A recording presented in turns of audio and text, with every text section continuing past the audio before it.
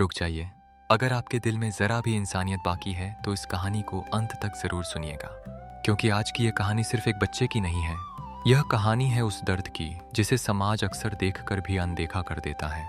और याद रखिए, कभी कभी भगवान खुद इंसान के रूप में धरती पर परीक्षा लेने आते हैं।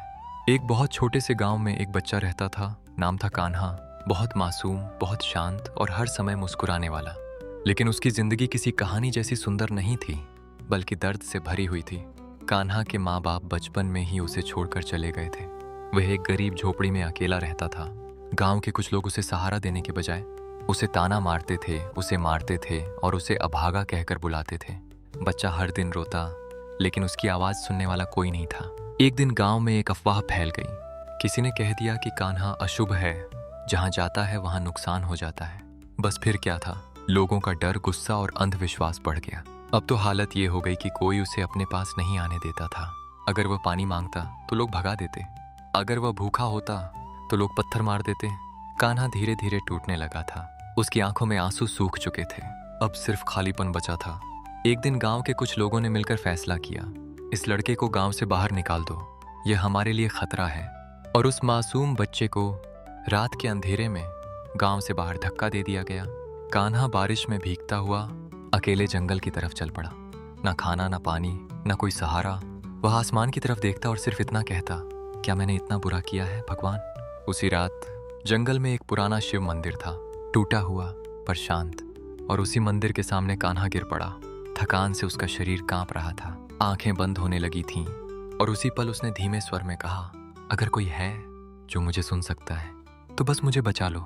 और फिर वह बेहोश हो गया। कहते हैं, जब इंसान की उम्मीद खत्म होती है तब भगवान खुद सामने आ जाते हैं।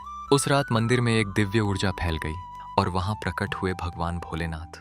उनकी आंखों में करुणा थी और चेहरे पर शांति। भोलेनाथ ने उस बच्चे को देखा और धीरे से बोले, हे बालक, तुझे किसने इतना दर्द दिया। लेकिन कान्हा बेहोश था। अगले दिन गांव में अजीब घटनाएं होने लगी। जो लोग कान्हा को सताते थे उनके घर में अशांति होने लगी। किसी को नींद नहीं आती, किसी को डरावने सपने आते। गांव वाले समझ नहीं पा रहे थे कि ये सब क्यों हो रहा है। और फिर एक साधु गांव में आया।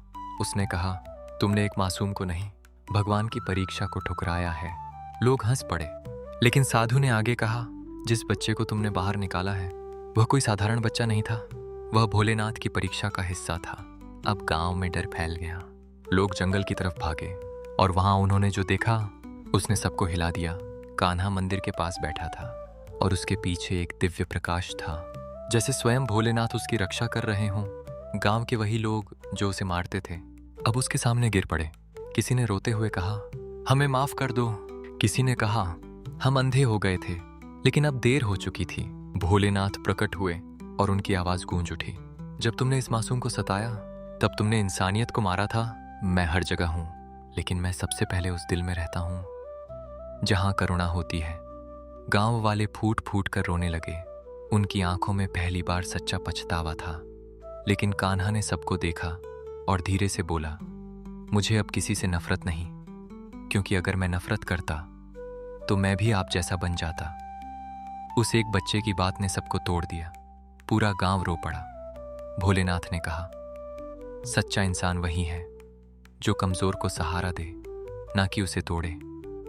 आज यह गांव अपनी परीक्षा में असफल हुआ है, लेकिन अगर तुम बदल जाओ तो मैं तुम्हें क्षमा कर सकता हूं। उस दिन के बाद गांव बदलने लगा। लोगों ने किसी को सताना बंद कर दिया और कान्हा को अपने परिवार की तरह अपनाया गया।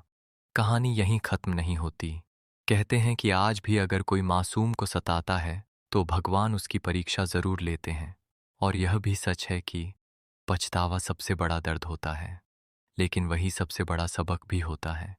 अंत में सिर्फ इतना याद रखिए, किसी को उसके हालात से मत आंकिए, क्योंकि जिसे आप कमजोर समझते हैं उसी के साथ कभी कभी भगवान खुद खड़े होते हैं। अगर इस कहानी ने आपके दिल को छुआ हो तो समझ लीजिए, यह सिर्फ कहानी नहीं थी, यह एक संदेश था, इंसानियत का और भगवान की परीक्षा का।